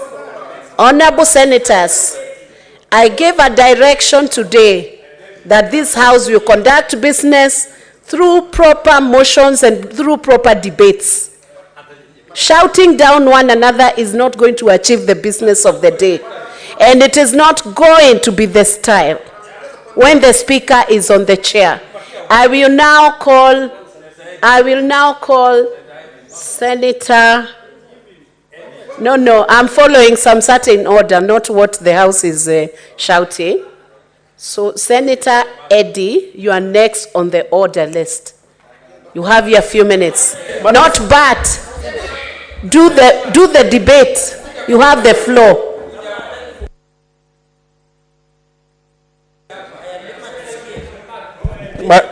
Madam Speaker,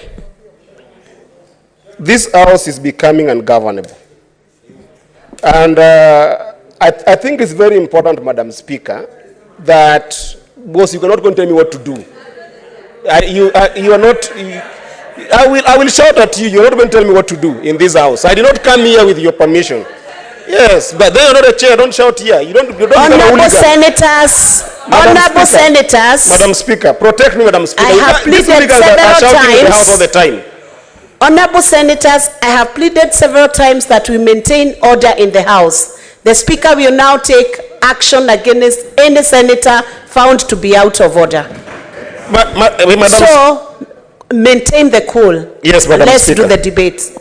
I agree with you, Madam Speaker. And Madam Speaker, before I prosecute my thoughts on this matter, Madam Speaker, I think that the frustration that is coming in this House over and over is the simple issue of not implementing the rules of this House, Madam Speaker. If an honorable member in this House can decide to call a name of anybody who there is no a substantive motion to be discussed in this House, the way we have seen the Senator of Kiambu discussing Honorable Raila Amolo Odinga without a substantive motion in this House, Madam Speaker, what are we doing? in every single bit of discussion of this house, Madam Speaker, help us enforce the laws of this house.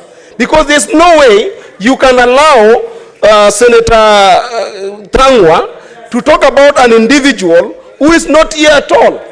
Because if this happens, is it, do you want to pour water on me? Because if this keeps on happening, Madam Speaker, we will have a problem. But that said, Madam Speaker, we are seeing in this country, we going back to the dark days of Kanu. And this is because, Madam Speaker, the use of force and unwarranted force by the police in this country that we saw in the demonstration does not stop with anybody but the president of this country.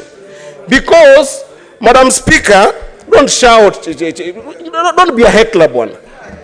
Madam Speaker, it's very critical that you note the following. You know, there are people in government today, Madam Speaker, whose cases were withdrawn in IECC. And those cases that were withdrawn were not acquittal.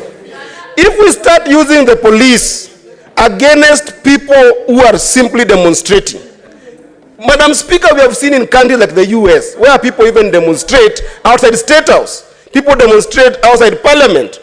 Tanga was talking here about some of us waiting for Raila Amolo Odinga to come and demonstrate. Madam Speaker, I personally left this place on the said day and started walking to KICC. Raila Amolo Odinga was not there, and I was tear-gassed. Tear-gas cannons I was thrown in on my own car. Madam Speaker, if we don't stop the police brutality that is meted by the Ruto regime in this country will go back to the Kanu days. Wacha kushout Mandago. Wewe pia utaanza kupigwa na tear gas. Don't shout here. Don't just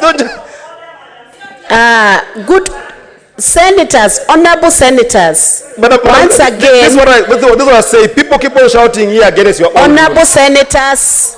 I am a senator and I'm supposed to be heard in silence. Honorable senators. Gloria is shouting. This hooligan here is shouting. Another hooligan there is shouting. Eddie, when I'm addressing the house, you ought to listen, not continue shouting. Resume your seat. Resume your seat, Eddie. Resume your seat, Eddie.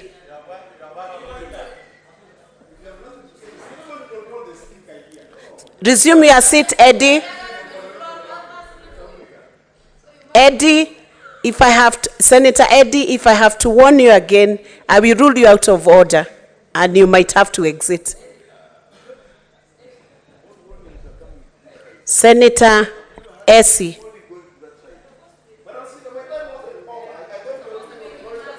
Senator Essie. Speaker. Thank you, Madam Speaker. I also want to be heard in total silence.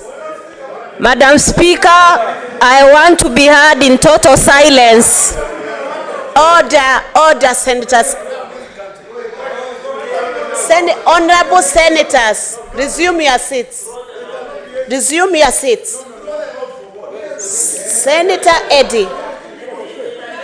Senator Eddie, while on your feet, I heard you use the word hooligans. Senator Eddie, resume your seat, Senator Mazayo.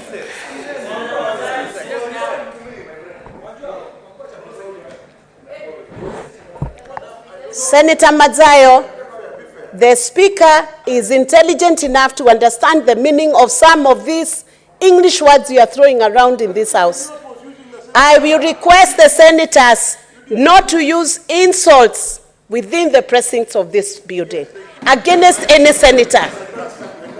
That is a firm directive until we finish the debate today. Resume your seat, Senator Medhu. Resume your seat, Senator.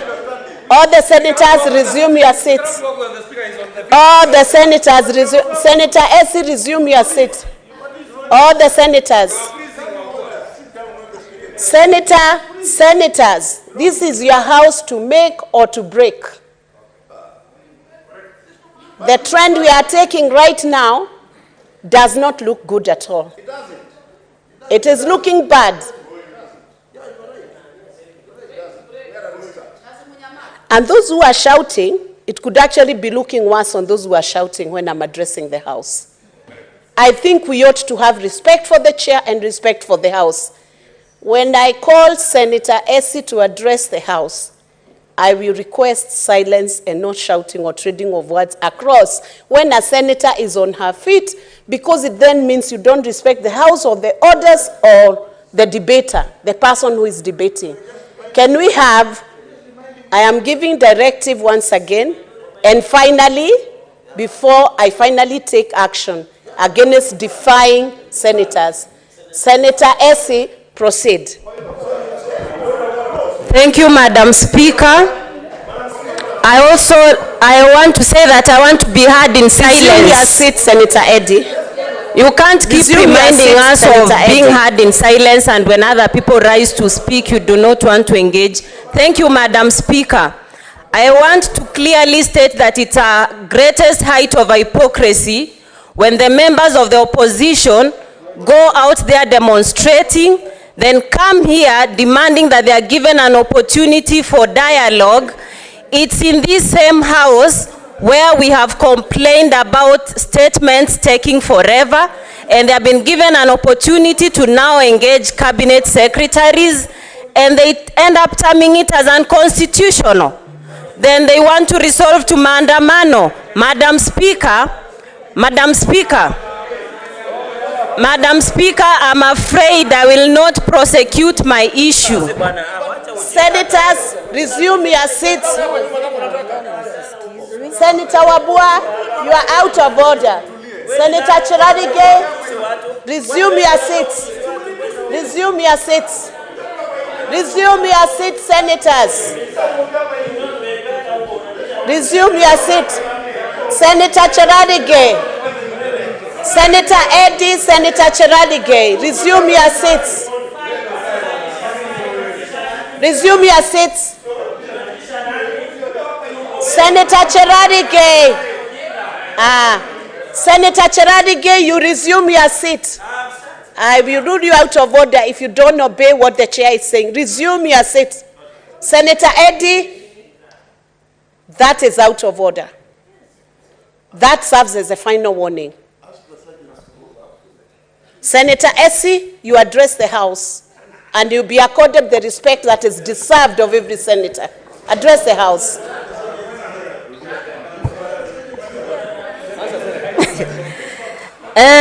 Thank you, Madam Speaker. At least I have an opportunity to be heard in silence. I rarely speak on such occasions when noise is being made all over, but today I had to speak. It is a height of hypocrisy when the opposition keeps demonstrating out there and have been asking for dialogue. This afternoon, we had an opportunity for them to support the motion that is approving cabinet secretaries. Senator Essie is first addressing the House. Thank you, Madam Speaker. I want to repeat, it is a height of hypocrisy when the opposition keeps demonstrating out there, asking for dialogue, and when an opportunity arises in this House, this afternoon we saw, they were very adamant to support the motion that is going to admit cabinet secretaries to be answerable to members of this House. Then in return, they will say that their issues are not being handled. What hypocrisy is this, Madam Speaker? I saw my respected minority leader was arrested and is out, of course, because he's a man of means. The other Azimio protesters are not yet out. Even as the slay queens kept admiring how endowed you were, and they kept scavenging. Minority leader, I do not think we keep demanding for, we do not want to keep demanding for dialogue, then we want to paralyze business in this House. The president had an agenda which we as government are going to push and ensure the Kenya Kwanza manifesto is achieved. Madam Speaker, we cannot allow maandamano whereby people's property are affected Businesses are give a paralyzed. minute. I have not all in the name resumed of the dialogue and wanting to sneak through a handshake. We are not going to have a handshake in this country. That was a bad governance experiment we ever experimented in this country. Thank you, Madam Speaker. Gloria, what's your point of order?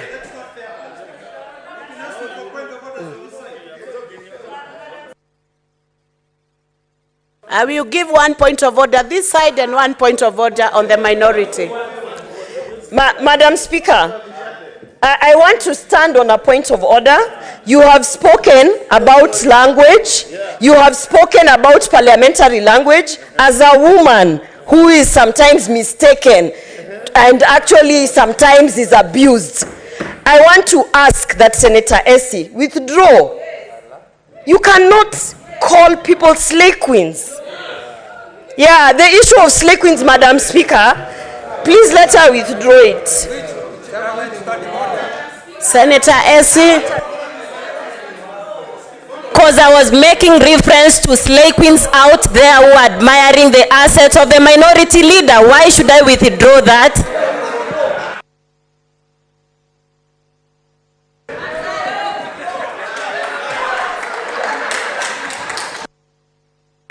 I will give 1 point of order.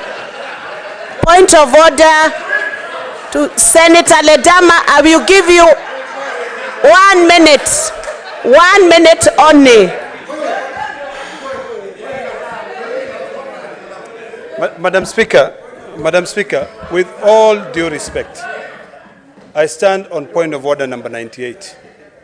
I want to beseech our colleagues that we are all respected, distinguished members who represent our counties. The way we are carrying ourselves this afternoon is not distinguished. I may want to just request, and the reason why I stood on point of order number 98, Madam Speaker, is because point of order number 98 states as follows. Any senator may raise a point of order at any time during the speech of another senator, stating that the senator raised a point of order and that the senator shall be required to indicate the standing order upon which the point of order is based on. Madam Speaker, there are 2 issues here. While you're on your feet, 2 of our colleagues here were insulting each other. It is not right. It is not right. We're here discussing a very important matter. Can I just request, Madam Speaker, that we act as honorable members? Today we are not being honorable. Madam Speaker, on our side here, we have noticed our distinguished senator from Migori. When he was speaking here, he was interrupted, and maybe because of the noise back and forth, he had not finished prosecuting his issues. I want to request you, Madam Speaker, when you sit in that chair, to be able to look at both sides and not to hesitate. Not to hesitate, Madam Speaker. And I wish wind up, Senator. I wish the majority side would just give me an ear, because I want to remind you, and today this is the last word I'm going to give you today again. Power has gotten into your head, and power is transit. So, Madam Speaker, I know you are a member of the other side, but when you sit there, you must be impartial. Senators, you must be order. We cannot carry ourselves as if we are, we really cannot carry ourselves as if we are not distinguished members. We are reducing this house to a very noisy club where our own views cannot be heard. If the honorable members do not, and I will restrict myself to calling them honorable, although the actions are not honorable this afternoon. But I want to say this, Madam Speaker. I want to beseech your chair to be impartial. I want to beseech your chair to be fair. When it comes to allowing us, Madam Speaker, if my side of the minority side was the one which was heckling or talking right now, you would be actually saying you're out of order. But when the majority leader is leading his entire troop to be able to violate these standing orders, you are quiet. That, Madam Speaker, leads a lot to be desired. Senator Ledama, I gave you 1 minute to raise that point of order. We are seeking for order in the House. Let continually lead by example. If the chair gives you 1 minute, stick to the 1 minute. Make your point. And honorable senators, this afternoon, honorable senators, this afternoon, you could have done better. Senator Eddie, your time was up, the system kept the time, and you were timed out by the system, as you were making side issues as part of your debate. We proceed on to Senator Chiradige.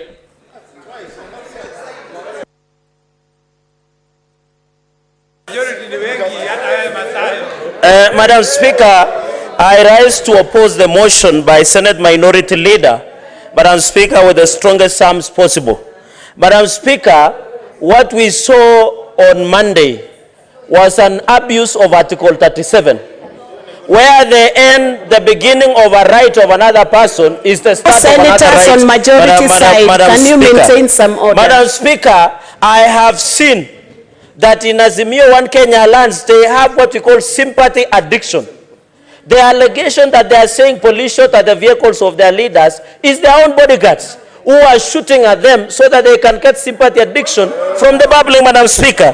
Madam Speaker, are you aware, Madam Speaker, that 24 police officers were injured?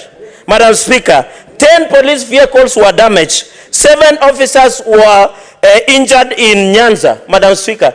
Madam Speaker, the administration we saw on Monday were only in 3 places: Migori, Kisumu, and Kibra.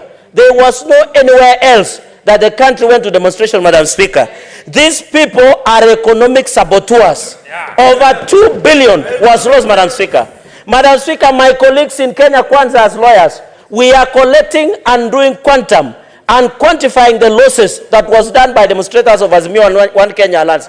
Madam Speaker, on Monday we are moving to court to sue Raila Odinga, to sue Kalonzo Musyoka, to sue Wajakoya, among others, Madam Speaker, to ensure they compensate the farmers, even including Senator Matzayo. We shall sue them, Madam Speaker, and ensure they compensate, Madam Speaker. I want to, Madam Speaker, the issue of elections, Madam Speaker, because I am still within time. Madam Speaker, the holy man of Ramadan, Madam Speaker, and Senator Stewart Matzayo comes from the region. The holy month of Ramadan, Madam Speaker, is beginning tomorrow or next week, Madam Speaker. Can these people respect the Muslims as they are starting their holy month of Ramadan, Madam Speaker, where they are supposed to be praying, to be generous, to be peace-loving, Madam Speaker? Madam Speaker, number 4, I want to assure the minority side that there is no handshake, there is no cooperation, there is no nusumkate, whether they demonstrate on Monday or on Thursday, Madam Speaker, and I want to commend the police. They must deal ruthlessly with these hooligans, Madam Speaker. Madam Speaker, I want to thank the police of the city of Nairobi that the property and lives of Kenyans must be protected, Madam Speaker. If there is an issue of one person that died in Maseno, Madam Speaker, and we empathize and sympathize with the family, there is Independent Policing Oversight Authority. There is DCIO. Madam Speaker, if they want to accuse the police, there are agencies and entities that are in place, Madam Speaker. Madam Speaker, finally, the sponsors, including the former president who are sponsoring demonstrations, they are sponsoring because, Madam Speaker, there is investigation into corruption and extrajudicial killings, where even sons in Kilifi and Mombasa were being killed and taken to Rivayala and Savo. It is their people, including Kilifi. I went to Kilifi, Madam Speaker, when I was the chair of human rights. There are many extrajudicial killings in Kilifi, Madam Speaker. When the president is talking about finishing the issue of extrajudicial killings, Madam Speaker, I must be heard in silence. I must be heard in silence, Madam Speaker. I must be heard in silence. We shall not be intimidated. We shall not be blackmailed, Madam Speaker. Madam Speaker. Wind up, Senator Chiradige. Can you resume your seat? You'll get a chance. During the handshake moment, during the handshake government... Senator Matzayo, I said, Senator Matzayo, you are out of order. I will now ask you, Senator Mazayo, resume your seat. Resume your seat. You are out of order, Senator Mazayo. I will now ask the Sergeant at Arms to ask. I ask you to resume your seat. Resume your seat. It's that simple. I will give you your time to respond. Resume your seat.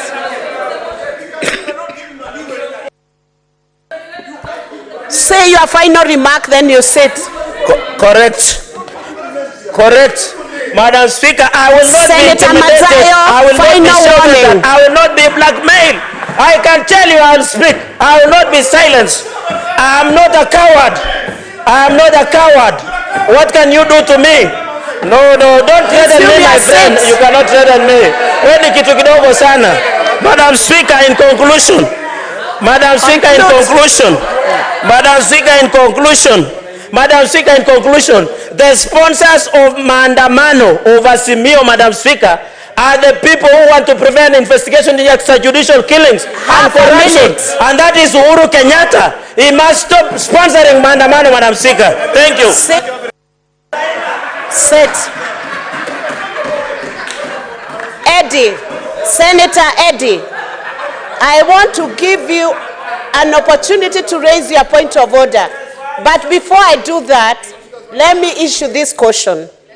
Increasingly, there is a lot of disrespect in the manner in which you are handling business in this House. As I give you this opportunity, it rides with a warning that you cannot be shouting at a debater on the floor when you still get your chance to speak your point. So I give you, but it's with a caution.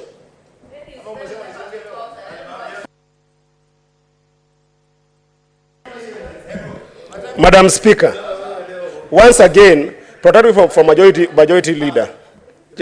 Madam Speaker, once again, and I want to execute this in a very humble manner, Madam Speaker. We are pleading with you that let the rules of this House be adhered to. Madam Speaker, Cherargei, let me call him Senator Cherargei has several times spoken and called individuals that are senior members of this society names on this floor. And our standing orders, Madam Speaker, do not allow us to bring anybody's name in this House without a substantive motion. The reason why you might see us as chaotic and shouting is because there is no way these people to keep on calling other people names and you allow it. Cherargei has just called the minority leader here a killer. And Madam Speaker, you did not mention anything about it. So we are pleading with you to please execute the rules of this House.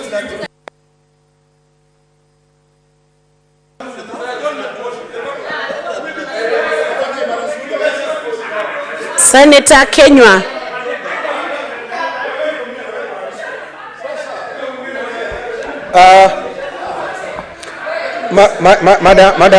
Madam Speaker, Madam Speaker, nashukuru kwa kunipa fursa hii.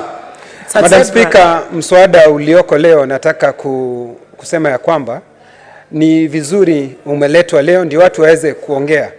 Kulingana na katiba ya Kenya, kipengee namba 37 inasema vizuri sana, maandamano yanapaswa yafanywe, lakini yafanywe kwa amani. Na ikifanywa kwa amani, watu kubeba mawe ni jambo ambalo linaudhi sana. Kuwashambulia Wakenya wengine na kuwaibia ni jambo ambalo halikubaliki, Bwana Speaker. Na Bwana Speaker, mimi niliona maandamano hayo yakiwa watu wanatembea hapa mjini, wakafanya maduka ya watu wafungwe.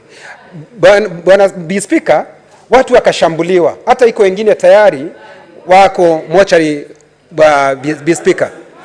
Na ni ukweli julikane, Speaker, mimi naheshimu kwa sababu kile ambacho kiliniudhi zaidi, niliona hata kiongozi wa wengi ameshikwa, nikamwona wengine wote wameshikwa, Bwana Speaker.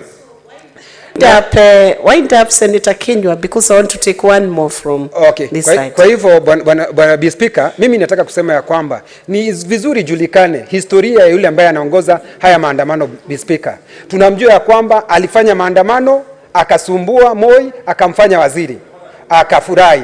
Kutoka hapo bwana Spika, akafanya maandamano tena.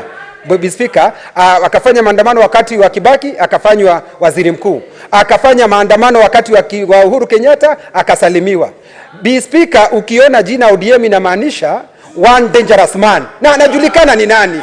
Spika anajulikana. Kwa hivyo Spika, inapaswa ijulikane